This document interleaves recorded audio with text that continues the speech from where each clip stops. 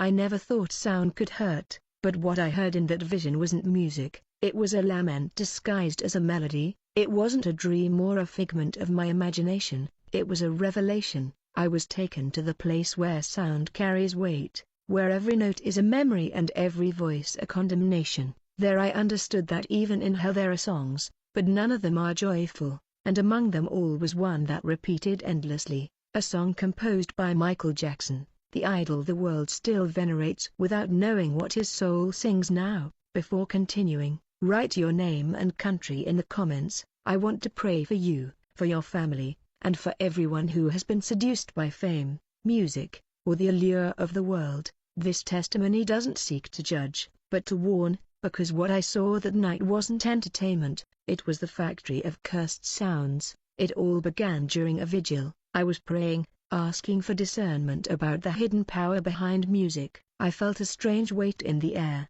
as if the air itself were vibrating with an invisible rhythm. I closed my eyes and asked the spirit to show me the truth. Suddenly, the ground disappeared beneath my feet. I found myself descending into an abyss shrouded in red mist, where the sound came not from instruments, but from screams. It was as if each lament formed a note and each moan composed an unbearable melody. The spirit spoke to me, "Listen carefully, for this is the music the world ignores." In the distance, I saw lights flickering like an inverted stage. Thousands of figures moved among shadows, repeating the same steps, the same gestures, like artists trapped in an endless concert. Each one seemed to be performing their own sin, a choreography of eternal guilt. In the center of the stage was a throne made of giant speakers. From them came a familiar voice. It was soft, melodic, unmistakable. "Michael," I whispered, unable to believe what I was hearing. His figure appeared through the smoke, thin, dressed in white, his face covered in tears that fell like liquid fire. His eyes no longer reflected fame or pride, only despair. "There's no applause here," said a voice behind me. It was the spirit. Only echoes of what once was. The infernal crowd screamed his name, but not with admiration. They shouted it as an accusation. Each scream was a voice dragging him deeper. "You taught us," they said. "You opened the door." Then I understood that music has spiritual power, that it can open portals of both light and darkness. I saw how the notes of his songs transformed into chains that ensnared other musicians, other dreamers, thousands of young people who idolized his image. Michael raised his trembling hands. "I just wanted love," he said, his voice breaking, but black sparks flew from his hands, as if every attempt to touch the sky had turned into a fallen spark. Around him, demons in the form of dancers spun endlessly, marking the rhythm with synchronized steps. Each movement produced a sound, an infernal percussion. The melody they played was beautiful and painful at the same time, as if beauty itself had been corrupted. The spirit made me listen closely. "Do you hear that?" it asked. It was a song, but it didn't exist on earth. Each note was a sigh, each chorus a lament. It was as if Michael's voice mingled with thousands of souls singing in different tones of pain. There were no lyrics, but I could understand every word. It said, "I had everything and lost eternity." The spirit spoke again. "This is the song he composed after death. It is the reflection of his soul. On earth he sang of love, peace, and unity, but here he sings of loneliness, guilt, and emptiness." I then saw a table of burnt gold before him. On it, a parchment burned slowly. It was a score written with fire. Each line, the spirit said, represents a life influenced by his music, some for good, others for damnation. Michael wept, pounding the floor. He didn't want this, he just wanted to be loved. He cried, but the floor responded with an echo, love without truth, self-worship. The demons laughed. One of them, with the face of a music producer, pushed him toward the throne. "Keep singing," he said. "The audience must not be silent." And with a macabre smile, he tapped out the rhythm with an iron cane. The music started again, louder, more heart-wrenching. I saw the souls around me sway to the lament. Some wept, others covered their ears, but none could stop listening. Hell has its anthems, the spirit told me, and this is one of the most powerful. because it is made with what the world calls art. Every sound was an inverted prayer, every harmony a mockery of heaven, and I understood that talent without divine purpose becomes an eternal curse. Suddenly, the fire changed color. It turned blue, cold, like a dull neon light. Michael's voice began to break, his singing transformed into a scream. "Stop this, please," he begged, but a gigantic figure emerged from behind the stage. It was him, dressed in a gleaming black suit, with a smile that belonged to no human. "The show isn't over," he said mockingly, "the world still sings your lyrics, and every time they do, you begin again." The spirit touched my shoulder. "Look and learn, this is the truth behind idolatry. What the world applauds, hell prolongs." And at that moment, the lights went out, only her voice remained, floating among the flames. It was a sustained, endless note, as if all of hell breathed through it. It was the lament of a soul that had everything but redemption. I awoke drenched in sweat, my heart racing, but that melody kept playing in my mind, soft and sad, like a warning disguised as a song. I understood that hell has its own music and that every rhythm in the world can be a spiritual gateway if it doesn't bear the seal of the Holy Spirit. The Spirit took my hand and led me beyond the burning stage. Each step I took sounded like a drumbeat in the distance. The flames moved to the rhythm of the echoes echoed, and each falling spark formed a note. All of hell seemed to vibrate at the same frequency, as if it were alive, breathing music. "The melody of the abyss," the Spirit said, "is worship without truth. It sounds beautiful, but it is empty or purpose." We crossed a corridor made of broken mirrors. In each fragment, I saw familiar faces, artists, producers, singers. Some were crying, others were still composing, unaware that they were no longer on earth. "This place," the Spirit said, "is the Hall of Fallen Idols. Here, the souls who used their talent for their own glory compose eternally for those they thought they didn't know." The air was thick. We heard guitars weeping, drums beating like sick hearts, voices mingled with sighs. I saw a man playing a piano with bloodied hands. His face seemed familiar, but the Spirit wouldn't let me say his name. "Don't say who they are," it told me. "You are not here to judge, but to understand." In the center of the room stood an enormous organ built from skulls. Each key produced a sound that shook the floor. Before it, Michael continued singing, but his voice was no longer his own. It was as if something possessed it, modulating it, distorting it. "He doesn't steal talent," the Spirit explained. "He recycles it, transforms it into his most effective tool, the sound that seduces." I looked around and saw some demons taking notes, others adjusting instruments, others tuning strings made of human nerves. It was a hellish recording studio, but here the songs weren't heard on records, but in minds. Every musical idea inspired by vanity, every rhythm created to provoke sin, originates here, the Spirit told me. Hell also has composers, but none of them know harmony. In a corner, a female figure wept as she wrote on a parchment that burned without being consumed. She wrote about love, the Spirit said, but she didn't know true love. Hell makes her repeat every word she used to deceive others. Her tears turned to ink, and each phrase was another chain binding her soul. I saw the demons take those words and hurl them to the earth, where they transformed into modern, catchy, irresistible songs. "Every soulless hit," continued the Spirit, "it's an echo of this place." Suddenly, silence fell. A gigantic figure appeared at the back of the room. It was the same one, wearing a cloak made of melted gold records and fused trophies. He walked slowly, observing his condemned musicians. "They still work for me," he said with a smile. "The audience doesn't know that applause is an offering. Every time they sing your lyrics on earth, a flame is lit here." Michael looked up, exhausted. "I don't want to go on," he murmured. "Let me rest." He leaned toward him. "Rest when the world forgets your name. As long as they remember it, you will sing." His words were like whips. Michael screamed, but his voice became a note. Each scream was part of the song. I understood then that hell doesn't need instruments, it needs memory. While the world replays the past, hell relives it. The Spirit showed me a vision within the vision. I saw packed stadiums, lights blazing, crowds dancing. "They think they're celebrating art," the Spirit said, "but they're just repeating rituals. In every concert, every festival, every headphone, there's an invisible battle for the soul of the listener. Sound can open portals, he explained. What enters through the ear stays in the soul. The figure began to conduct with his hands like an orchestra conductor. Each demon played his instrument with precision. "This is my choir," said the choir of the fallen redeemed. "They belong to me because they sought eternal glory on earth and obtained it for an instant." With each movement, the hall vibrated. The walls filled with singing faces. It was a symphony of pain.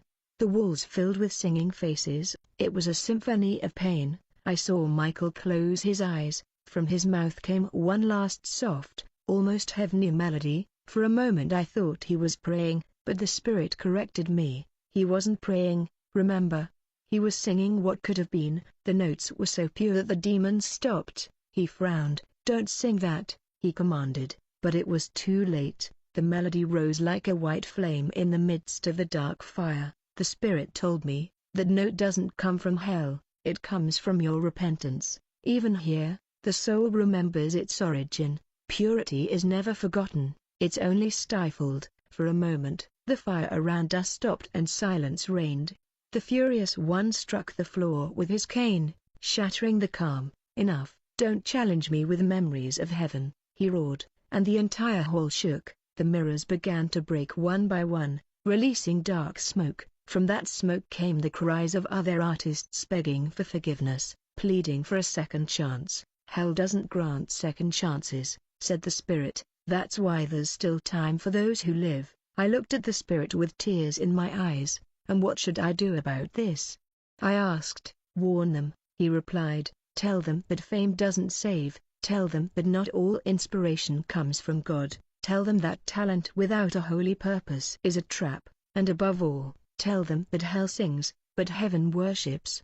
The vision began to fade, but before I awoke, the Spirit let me hear one last thing. It was the same melody as Michael's, but now transformed. It was no longer a lament, it was a plea. It sounded like a child begging to go home. "Sometimes," the Spirit said, "even hell produces notes of longing for heaven, but those notes don't set you free, they only remind you of what's been lost." I awoke with the sound still ringing in my ears. It wasn't a human song, it was the echo of a repentant soul, caught between fire and memory, and I knew then that the greatest talent in the world is worthless if it doesn't end in adoration. I woke up gasping, my ears ringing. The room was dark, but I could still hear that melody floating in the air as if hell had tattooed it on my mind. I got up, staggering, and looked for a Bible. I opened it without looking, and my eyes fell on a verse from the prophet Ezekiel. "You fell because of the multitude of your hires. Your heart was lifted up because of your beauty." I felt a chill. The Spirit spoke to me in silence. "Art without obedience repeats the mistake of the first one who fell." Days passed, and the song didn't disappear. Sometimes I heard it in dreams, other times in the noise of the street, in cars, even in people's headphones. At first, I thought it was my imagination, but then I understood that it wasn't an external sound, but a spiritual vibration. That melody seeped into the earth. The Spirit told me, the world reinterprets it again and again without knowing its origin. The lament of hell became inspiration. I turned on the television. A new music video was trending. Lights, fire, choreography, lyrics that spoke of distorted love, of glory and damnation. I recognized the structure, the notes, the gestures. It wasn't the same, but its soul was the same. "It's a copy," whispered the Spirit. "The echo of the abyss disguised as modern art." They don't hear the lament, they hear rhythm. They don't feel condemnation, they feel pleasure. I spent hours watching videos, listening to lyrics, analyzing sounds. Everything was connected, the same pulse, the same cadence, the same atmosphere. It was as if an invisible net linked each song to a common source. "Satan doesn't create," said the Spirit, "he only corrupts. What began in heaven as worship he turned into entertainment." I saw how the entire industry was like a river that flowed downstream, dragging talent, fame, and vanity along in one single current. One night, while I was praying, the Spirit took me again. This time I wasn't taken to hell, but to a studio on earth. There were people working, mixing sounds, composing lyrics, but in the corner of the room there was an almost invisible shadow moving its fingers over the controls. Every time it touched a knob, the atmosphere changed, the voices sounded more provocative, the rhythms more hypnotic. "He's there," the spirit said, "not with fire, but frequently." I saw a young producer raise his head wearily. "I don't know why, but I feel like this song already existed," his colleague said. He replied, "It doesn't matter, it sounds good." The spirit whispered to me, "Don't you know you're rewriting the melody of hell? What is art to you, is worship to the enemy."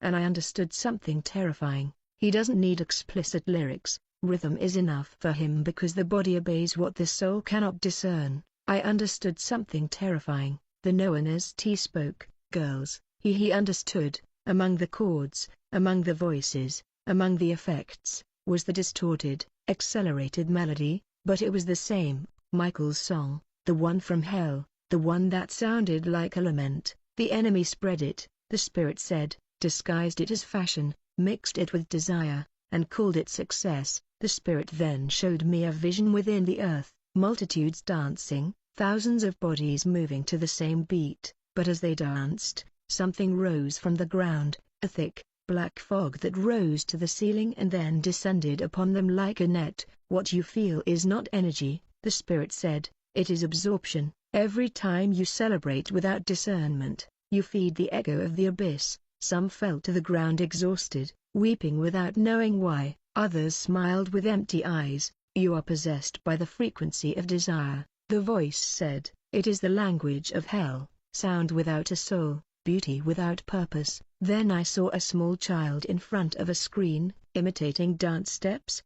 He didn't know what he was doing, he was just repeating them. Each movement seemed to stir something in the air. "This is how the cycle continues," the spirit said. "From innocence, the enemy plants the seed." I saw a translucent figure appear behind the child, mimicking his gesture, smiling with satisfaction. It was a spirit. "Idolatry no longer needs statues," the spirit told me, "only digital idols." The streets filled with screens, each displaying different faces, but behind everyone, the same note could be heard, the note, the lament. "Hell has a choir, and the world calls it a trend," the spirit said. I saw how concerts became rituals, the screams of the audience were unconscious prayers, the lights formed symbols, and the applause was a pact. "Not all who sing are free," the voice said, "and not all who applaud are innocent."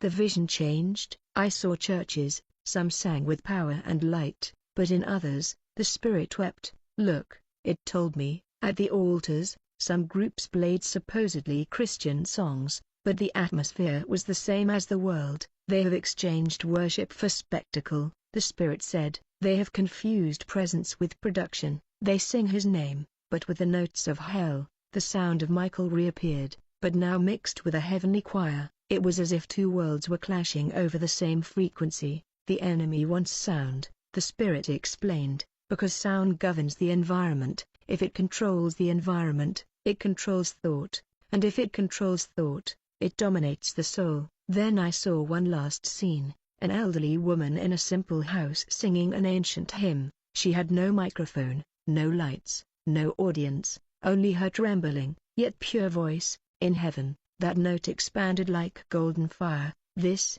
the spirit said, "still moves me. True worship needs no stage, only intention." The melody of hell faded a little. For the first time in the vision, I felt peace. "Then there is still hope," I said. "Yes," the spirit replied, "as long as there are those who sing out of love and not for applause. The wail of hell cannot silence the voice of heaven." I awoke with tears in my eyes. I understood that hell does not destroy art, it copies it, that every time a pure heart sings, the echo of the abyss recedes, but every time a soul seeks fame, instead of purpose, Michael's lament echoes again. That night, as I prayed for understanding, the atmosphere shifted, the air grew thick, almost liquid. The shadows seemed to move, even though the room was closed. Then I felt it again, the same distant rhythm, the same frequency I had heard in hell. It was as if the echo had followed me here. I closed my eyes and cried out, "Holy Spirit, protect me." But before I finished the prayer, a voice answered, not from heaven, but from the ground. Why do you fear me, and why do I only show you what you love? I opened my eyes, and there he was, not a figure with horns and a tail, but something infinitely more subtle, an elegant man, dressed in black, with a tilted hat and a cold gleam in his eyes. His voice sounded like a melodic whisper, so harmonious that each word seemed like a note. "I am not your enemy," he said, smiling. "I am the producer of everything the world loves." The spirit within me trembled. I didn't listen to its harmony. He warned me, it's the disguise of his lie. But the figure continued speaking calmly, slowly circling the room. "Why do you blame Michael?" he asked. "He only wanted perfection, he wanted love, he wanted to transcend. I only offered him an eternal stage, a stage in hell," I replied. The man's smile widened. "And what difference does it make? Heaven applauds for a moment and forgets, the world applauds forever. I merely fulfill the desires of your hearts." He walked toward me, and I could feel each step vibrating with sound. It wasn't footsteps, it was percussion. "You call sacrifice worship," he said. "I call it art. You do it out of faith, I do it out of beauty. The spirit," he told me, "is revealing its strategy. Listen, but don't give in." "Why music?" I asked. His face turned serious. "Because it's the only way to enter without permission," he said. "You don't need to open the door to let a sound in.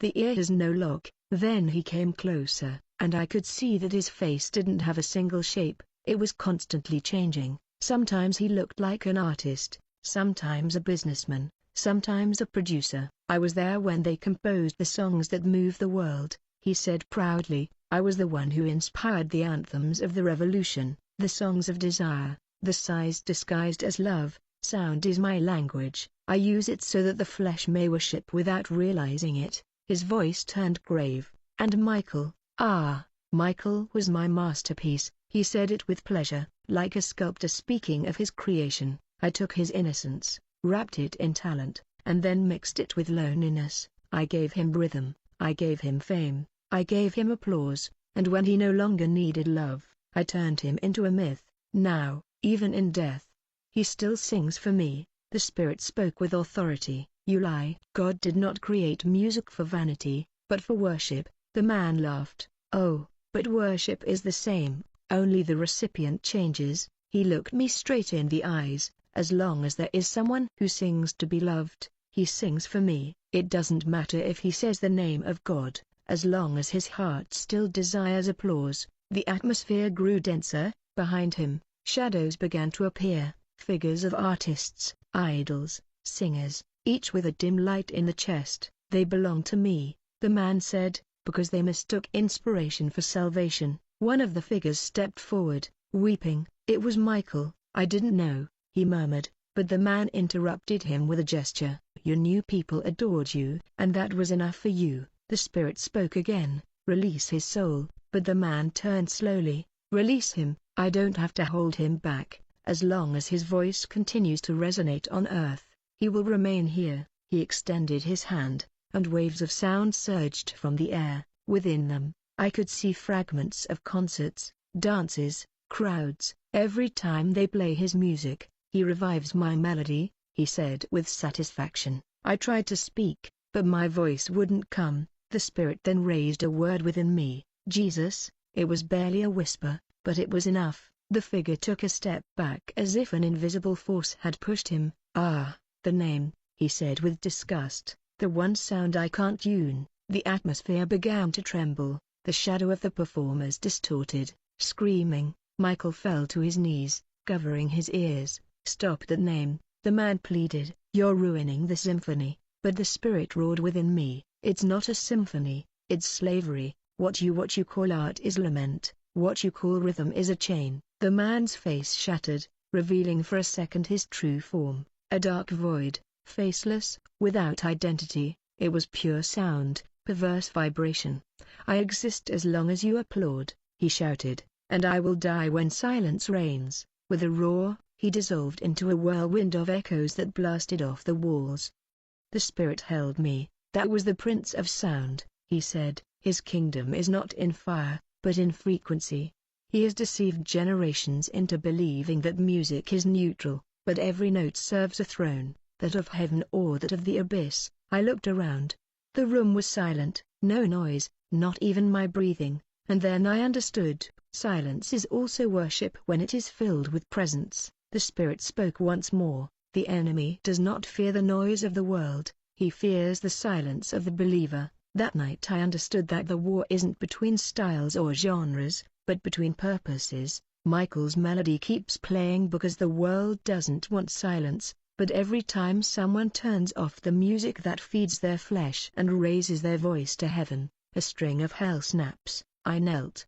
Trembling, I knew I had seen too much, but the Spirit gave me one last warning. Don't attack the music, redeem it. Don't condemn the artist, pray for their echoes, because even in hell, the repentance of one soul can become an instrument of salvation for the living. And as those words echoed, I heard the melody again, but this time it was different. It was no longer a lament, it was a gentle plea, as if Michael, from somewhere beyond time, was singing what he never could in life. Jesus, take my voice. For days, my mind was a field of echoes. I couldn't sleep. Every time I closed my eyes, I heard that unfinished melody. Hell had composed it, but heaven wouldn't let it die. It was as if the sound sought new bodies to resonate in, new mouths to repeat its message disguised as art. In every city I visited, I heard fragments, in cars, in headphones, in temples. The song had mutated, multiplied, become omnipresent.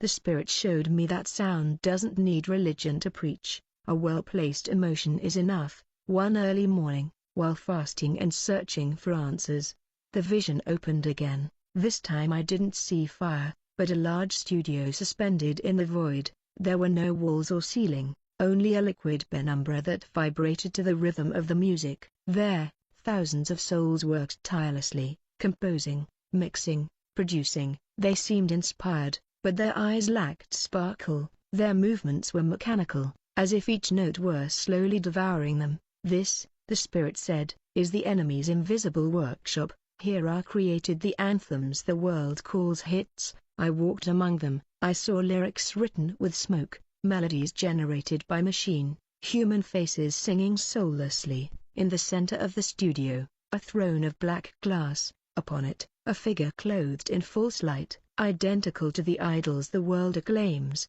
It wasn't Satan, it was his projection, a youthful-looking, charismatic demon who spoke with a seductive voice. I am the spirit of modern inspiration, he said. Humans call me Muse, but I am the echo of the first one who sang against God. The Spirit allowed me to hear his conversation with the damned. Do not compose with pain, the demon said, compose with desire. Don't speak of redemption, speak of pleasure. Don't invoke heaven, invoke attention. Everything you want, you will have, as long as you sing it with an empty heart. Each word fell like a metronome. The musicians obeyed without thinking. The melodies poured forth en masse, one after another, directed toward the earth. Each song had a destination, a designated victim. I saw one of those melodies pierce the air and reach a young producer's room. He didn't know what he was doing. He thought it was his own idea, but what he was composing was the exact translation of a lament from hell. That's how it spreads, the Spirit said. The enemy doesn't impose, he inspires. He doesn't force, he seduces, and I understood that true modern slavery isn't in chains, but in influence. Suddenly, a dark presence descended upon the studio. It wasn't noise or shadow, it was a distortion, like a frequency too low to be human. The whole place trembled. The musicians stopped playing. He's coming, they whispered, and then Satan appeared, dressed in the same robe made of molten gold he had seen before. But now his face was covered by a translucent veil. In his hand he carried an open book, identical to the digital one he had shown in hell, but with a new title burned into it, The Gospel of Sound. Listen to my prophets of noise, he said in a voice of thunder. Music was the language of heaven, but I took it and turned it into a net. Each generation surrenders to me faster than the last. I don't need to chase them, just keep them busy. He walked around the studio observing the souls composing. They think they are creating, he added, but they are only translating my whispers. Then he raised his hand and commanded, play Michael's Lament. From the corner, a group of shadows emerged. They played a distorted melody, and the entire room was filled with a high-pitched, unbearable sound. I saw souls crumble, as if the sound undid them. Every time his songs are sung on earth, he cried, the covenant is renewed, there is no need for blood when there is applause. The spirit pushed me forward. Look, he said. I saw screens hanging over the void, showing live artists, some were in concert, others recording, others giving interviews, but behind their voices, the same chord, the same frequency, could be heard. The echo of hell disguised itself as innovation, the spirit said, and millions connect without knowing they are participating in an invisible liturgy. I couldn't believe what I was seeing. On one of the screens, a recognizable singer was crying behind the scenes, saying, I don't know why I feel so empty, I don't even enjoy singing, and behind him, the shadow of the demon producer whispered, sing. Don't feel, the spirit spoke with a firm tone. It's not about fame, it's about purpose. Everything that doesn't come from the spirit ends up serving the enemy. Then the studio lights began to flicker. He turned and saw me again. You, said the preacher of silence, don't you get tired of interrupting my symphony? I didn't come to interrupt, I replied. I came to remind you that not all the notes are yours. He smiled, moving closer. Oh, of course they are, he said. Modern man doesn't sing to heaven, he sings to himself, and he who sings to himself serves me without knowing it. The atmosphere became unbearable. Every word of his was a vibration that coursed through my body. The screens vibrated, the musicians shouted.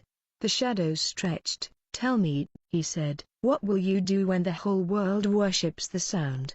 When every church wants to hear what pleases and not what transforms, when even your own dance to the rhythm of my masterpiece, the spirit whispered to me, don't answer with words, answer with truth. Then I raised my hands and uttered a verse, may his name be exalted above all melody. The air was cut, the frequencies stopped. He stepped back, covering his face. Don't invoke that here, he shouted, but the studio began to fracture like glass. The screens shattered one after another, and from their cracks emerged a white light. The spirit spoke with authority. The sound of true worship disintegrates the echo of the abyss. And then I saw him. The souls who composed began to awaken. Some fell to their knees, others vanished like released smoke. The roar of fury erupted. I can't save them all, he said. The world keeps playing my songs, but the spirit replied, I don't need millions, I need one who listens with their soul. The studio collapsed, everything went dark and silent, but within that silence I heard a distant voice again. It was Michael whispering from the depths, tell them not to sing aimlessly, that every clap hurts. His voice faded amidst echoes of fire and tears, and I understood that this vision was not over, the judgment was still to come. The verdict of the sounds, the war between the echo of hell and the melody of heaven was just beginning. I was snatched from that ruined studio and taken to a place unlike anything I had ever seen before. It was an amphitheater suspended between light and darkness, as if heaven and hell shared the same ground, separated only by a line of fire that vibrated at the center. This, said the spirit, is the courtroom of sound. Here, it is not notes that I judged, but intentions, not melodies, but motives. Before me stood two thrones, one made of molten gold from broken instruments, the other of transparent crystal radiating an unbearable purity. Between them, a scale, on one side, platinum records, awards, statistics, plays, on the other, tears, prayers, heartfelt praise, each element weighed differently, not by its quantity, but by its origin. What man calls success, said the spirit, in heaven may be noise. The stands were full, thousands of figures watched in silence. They were the souls of musicians, producers, listeners, critics, even preachers. All who had ever used sound as a tool were there. Some trembled, others smiled confidently, as if they still believed in their own merits. A voice thundered from above, bring forth the records of art. He appeared from the dark side of the amphitheater. He was dressed like a master of ceremonies, with a cape made of burning pentagrams and notes floated around him. He held his book, The Gospel of Sound, in his hands. He opened it dramatically and began reading names. Here are my composers, my performers, My disciples of rhythm, they did not blaspheme, but served me with every chord that exalted the self on the cross. Each name spoken lit a screen above the scales, fragments of their lives, concerts, music videos, lyrics, and interviews played. Everything the world had celebrated was now projected as evidence. I saw sincere tears mingled with arrogance, inspiration with vanity, talent with idolatry. They thought it was just music, said Satan. But it was worship in disguise. On the other